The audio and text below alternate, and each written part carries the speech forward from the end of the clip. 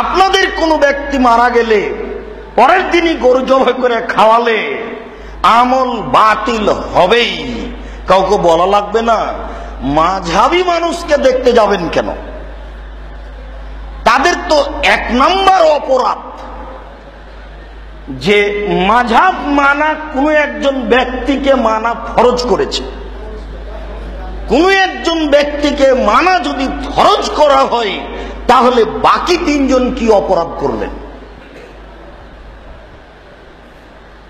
আশ্চর্য।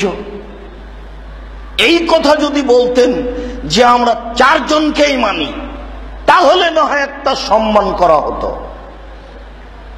বরং যারা একজনকে মেনে চলার দাবি জানিয়েছেন তারা শরীয়তের সাথে অন্যায় আচরণ করেছেন এবং ওইসব ইমামদেরকে অপমান করেছেন। আর যারা বলেন আমরা চারজনকে সম্মান করি, পৃথিবীর সকল বিদ্বানকে সম্মান করি, চারজনের কথা যখন করেন এবং সহিহ হাদিসের সাথে মিলে যায় তখন আমরা সেটা মানি।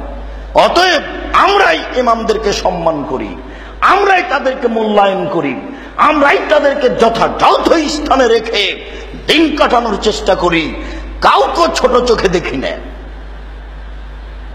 একজনকে যখন সম্মান করলাম, এত বড় বড় বিদ্বান ইমাম শাফিঈ রাহিমাহুল্লাহ, ইমাম মালিক রাহিমাহুল্লাহ, ইমাম আহমদ ইবনে হাম্বল রাহিমাহুল্লাহ, 10 লক্ষ হাদিসের হাফেজ, পৃথিবীর ইতিহাসে এত বড় মানুষ জন্ম নেয়নি।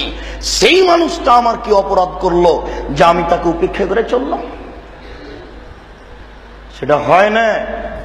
চারজনের কথা সামনে রেখে রাসূল সাল্লাল্লাহু আলাইহি সাল্লামের কথার সাথে মিল খেলে সেটা মানতে হবে, অন্যথায় সেটা পরিহার করতে হবে জরুরি ভাবে, নইলে আপনার আমল বাতিল হবেই।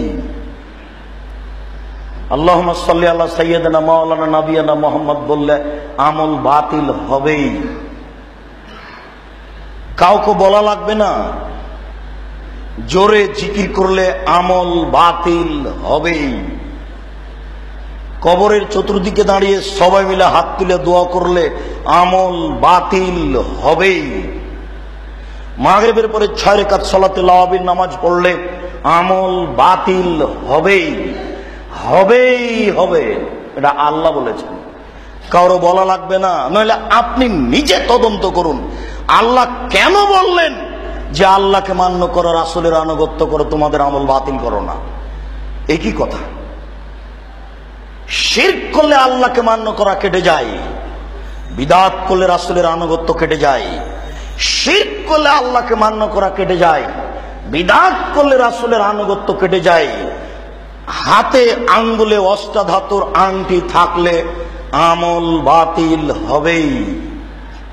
গোলাপ সাহের মাজারকে সম্মান করলে আমল বাতিল হবেই, কাউকে বলা লাগবে না, কারো ফতোয়া দেওয়া লাগবে না।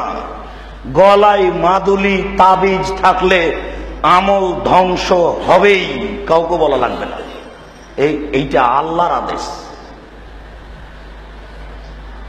জন্মদিবস পালন করলে, মৃত্যু দিবস পালন করলে আমল বাতিল হবেই হবে। কোন দিবস পালন করলে আমল বাতিল হবেই হবে।